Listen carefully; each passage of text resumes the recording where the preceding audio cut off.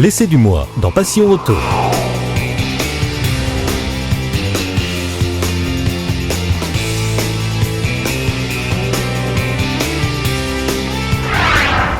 Rubrique essai car audio, cette semaine, on va parler DSP. Le DSP, ou Digital Signal Processing, c'est le traitement du son avant d'attaquer la partie amplification de l'installation audio dans la voiture.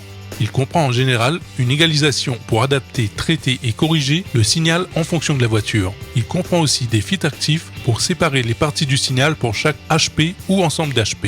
Il y a enfin la partie alignement temporel qui est utilisée en général pour les installations Sound Quality. Il peut être aussi utilisé pour aligner le son par rapport aux différents plans de diffusion dans les installations en open show. Le DSP peut faire partie de l'autoradio comme par exemple avec le DEH 80 PRS de chez Pioneer. Le DSP, c'est généralement un appareil à part entière comme les modèles que nous allons vous présenter ici aujourd'hui.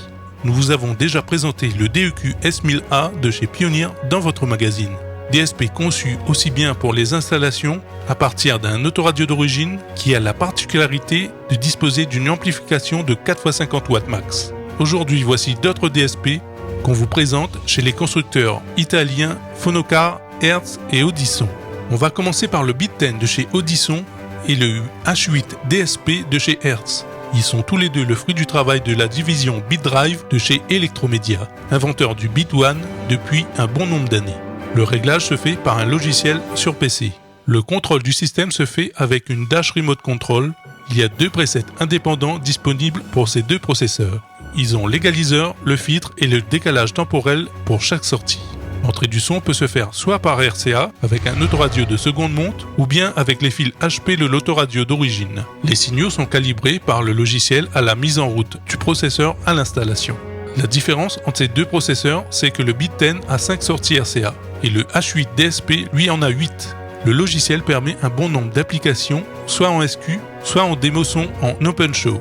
Le dernier processeur qu'on vous présente aujourd'hui, c'est celui de Fonocar. Il a toutes les fonctions que l'on recherche dans un DSP. La différence, c'est que sur ce modèle, le paramétrage et le réglage se fait avec une application sur smartphone. Seul point négatif, il n'a pas de dash control. Par contre, comme la liaison entre le DSP et le smartphone se fait par Bluetooth, le passionné a accès à tous ces réglages depuis l'application et peut se passer d'avoir une commande déportée. Retrouvez Passion Auto avec Pioneer.re, le spécialiste de l'autoradio. Retrouvez Passion Auto avec Hertzaudio.re. Retrouvez Passion Auto avec Decustom.